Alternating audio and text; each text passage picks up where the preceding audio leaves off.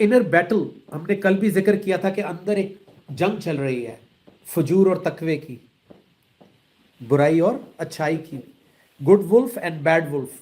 Analogy بڑی مشہور ہے کہ اندر دو بھیڑیے ہیں، دونوں کی لڑائی ہو رہی ہے. تو وہ پوچھتے ہیں کہ بھئی کون جیتتا ہے؟ تو جواب ملتا ہے جس کو زیادہ کھلاؤ گے. تقوی کو زیادہ کھلاؤ گے تو تقوی ٹیک اوور کر لے گا برائی کو. شیطان مرتا نہیں ہے بلکہ کنٹرول ہو جاتا ہے. اور اگر دوسری سائڈ کو زیادہ کھلاؤ گے تو وہ تقوی کو ڈومینیٹ کر کے تقوی کو بھی استعمال کرے گی اپنے لیے، کیونکہ چوری کے لیے بھی کانشیسنس چاہیے، اویئرنیس چاہیے، مائنڈ فل ہونا چاہیے کہ کیسے آپ نے کرپشن ایسے کرنی ہے کہ پکڑی بھی نہ جائے. Loop holes, right? اس کے لیے پھر آپ کو ہائی لیول کے لائر اور سارا کچھ چاہیے ہوتا ہے. انسان بڑا ہوشیار ہے. سو انر بیٹل جو ہے وہ ہر انسان کو لڑنی ہے اگر باہر والی بیٹل وہ جیتنا چاہتا ہے. اور اس کی ایک بہت بڑی مثال ہسٹری میں جہاں بہت ساری ایگزامپلز ہیں، ان میں سے ایک میں نے جو پک کی وہ عمر بن خطاب رضی اللہ عنہ کی مثال میں نے لی کہ انہوں نے جو دنیا بعد میں اتنی ساری جو انہوں نے بیٹلز جیتی، لیکن ایک ٹائم ایسا تھا جب وہ اپنے ساتھ لڑ رہے تھے، جب ان کو جو کان میں بات جا رہی تھی اور جو آنکھوں سے نظر آ رہا تھا، جو لوگ بدل رہے تھے، جو ٹرانسفارم ہو رہے تھے، جو مسلمان ہو رہے تھے، ان کو نظر آ رہا تھا کہ یار یہ بات تو بالکل صحیح ہے، یہ لوگ بھی جو ہے کیریکٹر میں اتنے اچھے ہیں، یہ کیسے برداشت کر رہے ہیں اتنی ٹینشن، اتنی ٹارچر، یہ کیسے اپنا پیسہ لگا کر غلاموں کو آزاد کروا رہے ہیں.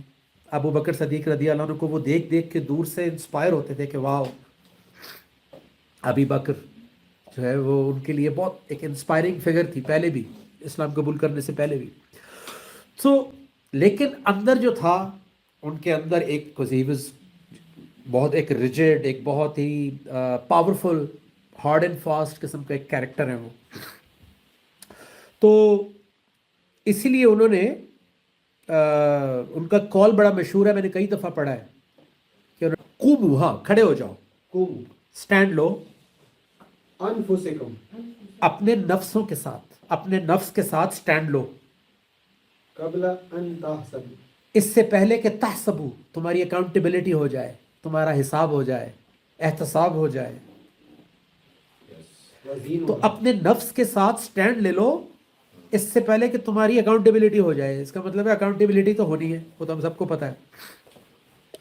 تو جب تک سٹینڈ نہیں لے رہے تو ہم بہت ولنریبل ہیں، ہم بڑی خطرناک جگہ پہ کھڑے ہوئے ہیں، کیونکہ کسی وقت بھی اکاؤنٹیبلٹی ہو گئی تو فار لائف، کیونکہ لائف جو ہے نفس کے لیے تو زندگی از فار ایور، اللہ کے پاس از فار ایور.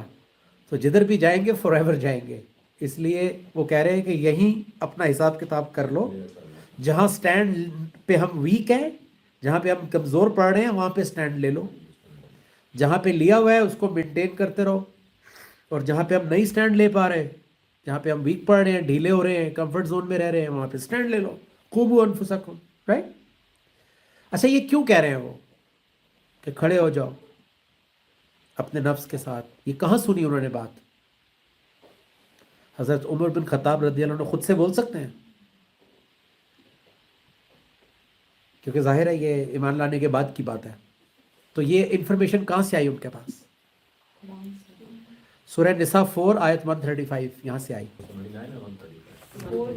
ایک مومن جو ہے وہ اللہ کے رسول صلی اللہ علیہ وسلم کی سنت میں جب بھی بات کرے گا تو اسی کی روشنی میں کرے گا جو اس کے ایمان کی فاؤنڈیشن ہے، which is the قرآن.